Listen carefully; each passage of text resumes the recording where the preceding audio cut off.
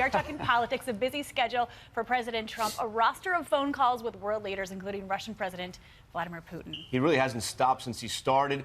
All the talk now into action, signing an executive order banning citizens of 7 countries from entering the U.S., designed to protect the nation from terrorists who want to enter the country. Yeah, Trump supporters handling the move, but take a look at the front cover of the New York Daily News today, a paper very critical of President Trump, showing a tear falling from the eye of Lady Liberty with the headline, "Closing the Golden Door." ABC's David Wright starts off our team coverage from Washington for us this morning. Hi, David.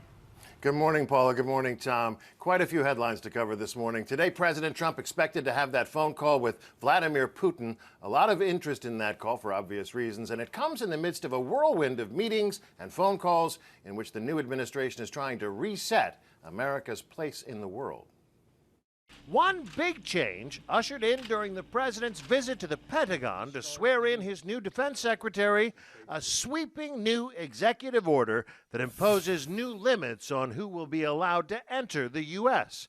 Trump suspended almost all refugee admissions for 4 months and banned some Syrian refugees indefinitely. We all know what that means.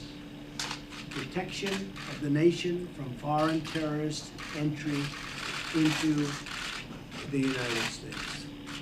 That's big stuff. The executive order specifically mentions the September 11th terror attacks to justify suspending visa entry for 7 countries with predominantly Muslim populations.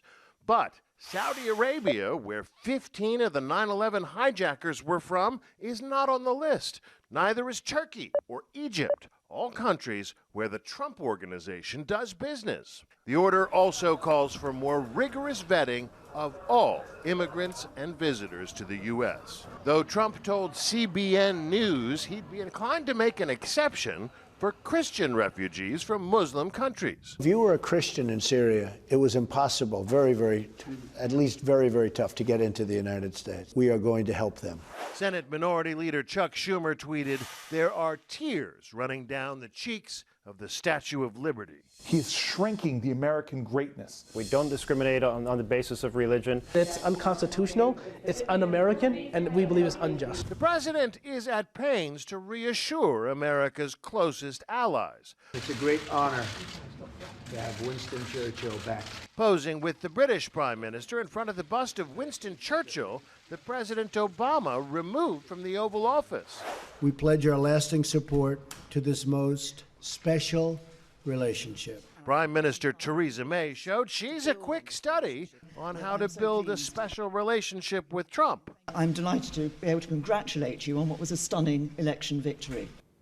Well, today the leaders of France, Germany, Japan, and Australia get their first calls from President Trump. He also spoke for more than an hour yesterday with the president of Mexico.